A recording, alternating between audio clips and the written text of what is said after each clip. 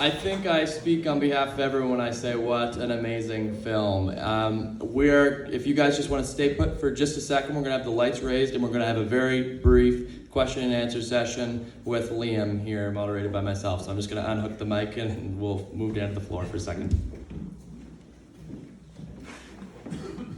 Bear with me.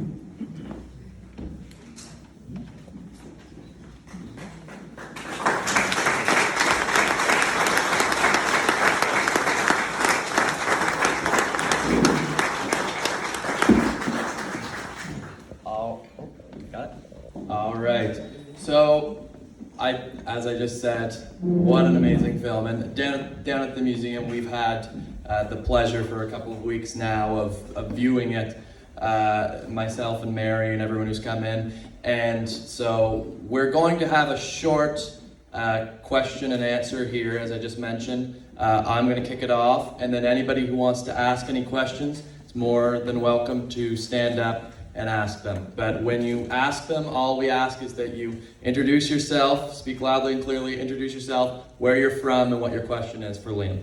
So, to kick us off here, obviously, Liam, you're local, as am I, and I would say a lot of people in the room are as well, but not everybody who's come into the museum has been a local, obviously. We've had people from Ontario, Quebec, all over the United States, Europe, all over the world. And so it's one thing, I think, for, somebody like myself or you or anyone from around here to be like, what an amazing film. But to get somebody who has no direct connection to the town and to the history of the town to come in and say, what an amazing film, I think that really speaks to the product of your work. So if you could, why do you think that is? That we have people from all over the place coming here who might not have a direct connection or so astounded by the work?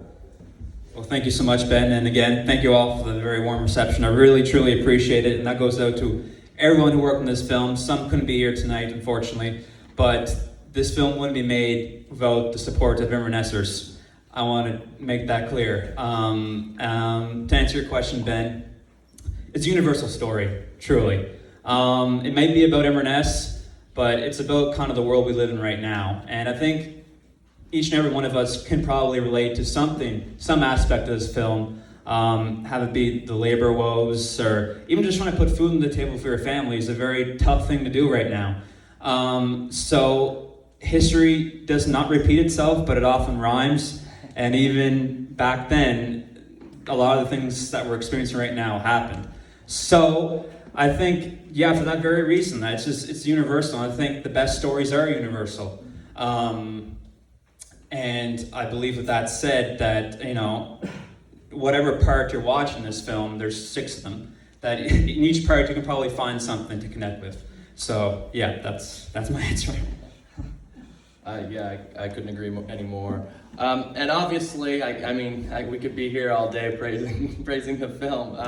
But obviously it took some time to get the product that we got here today.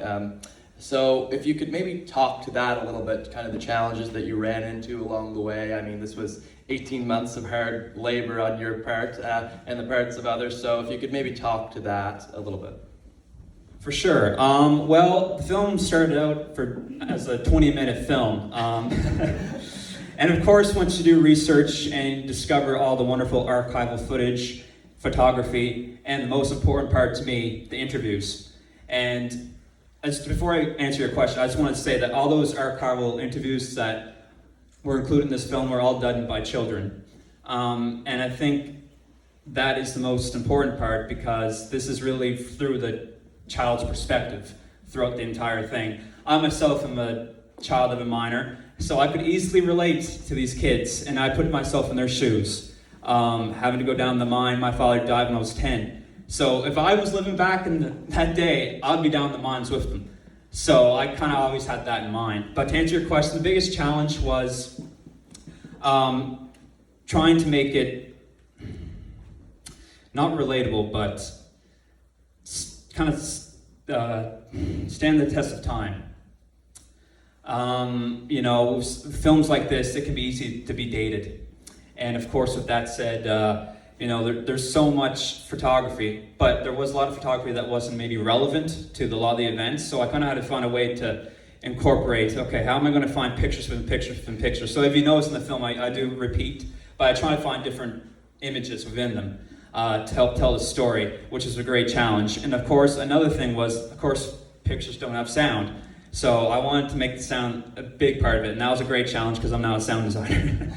I'm more of a cinematographer editor. So that was a big challenge as well, to make kind of sound like you're back in those days, and to have like the sounds of the protest and sounds of cars revving up and the horse race and everything, to make it kind of flow. And the editing as well was another challenge as well, because when you're dealing with a lot of history, and to make the history all flow well and understandable to have it be a junior high student, it was a great challenge.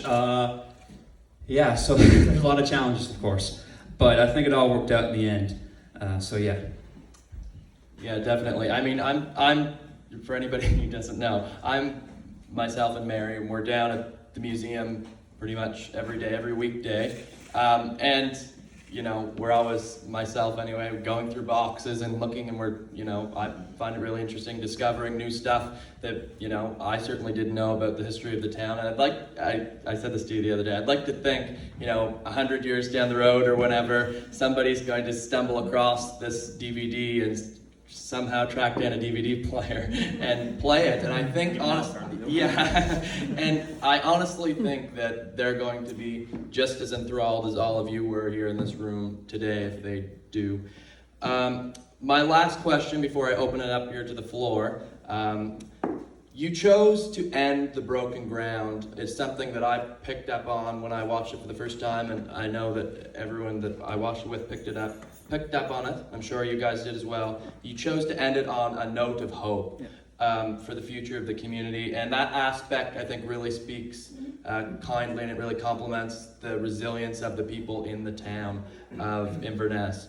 But even as we move forward as a community, it's obviously important that we don't forget the history of the town. I think that this film is definitely a gift to the future from the history. I kind of like to think of it like that.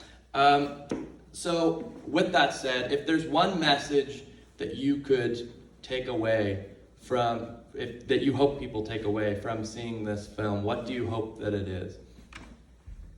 Yeah, so if you remember at the very opening, we had a quote from Jim St. Clair which says, "Pride of place." And Jim was supposed to be in this film, but unfortunately he passed away before we shot the interviews. And I think that's the message. Be proud of where you're from. It doesn't have to be Inverness. It can be anywhere in the world. United States, it could be Belgium, it could be anywhere, right? I mean, every place has, you know, bad history, so to speak, or things you're not proud of.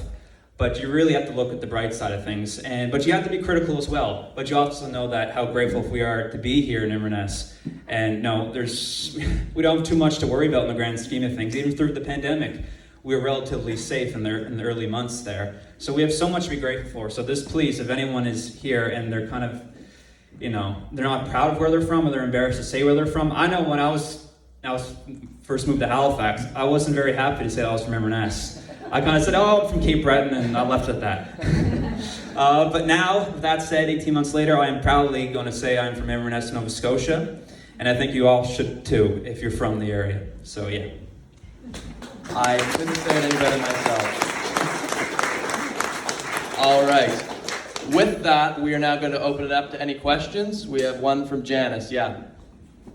I'm Janet Kirkman, and on this film, I was born here in 1942, so I will soon be 80, and I still never regret for one single solitary moment that I wasn't from Inverness.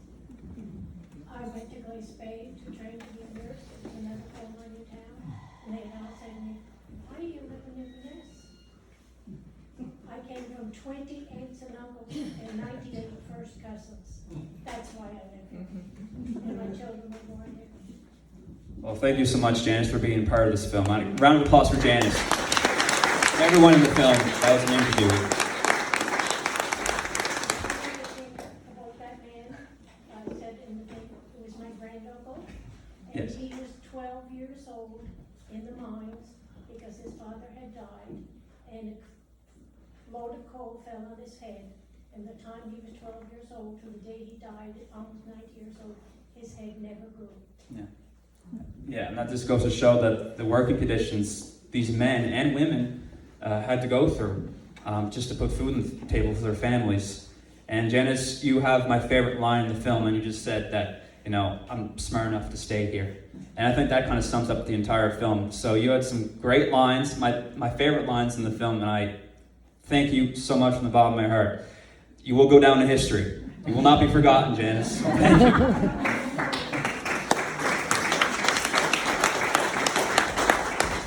So anybody else with any questions? Anything? Anybody else? No? Okay. I'm scared.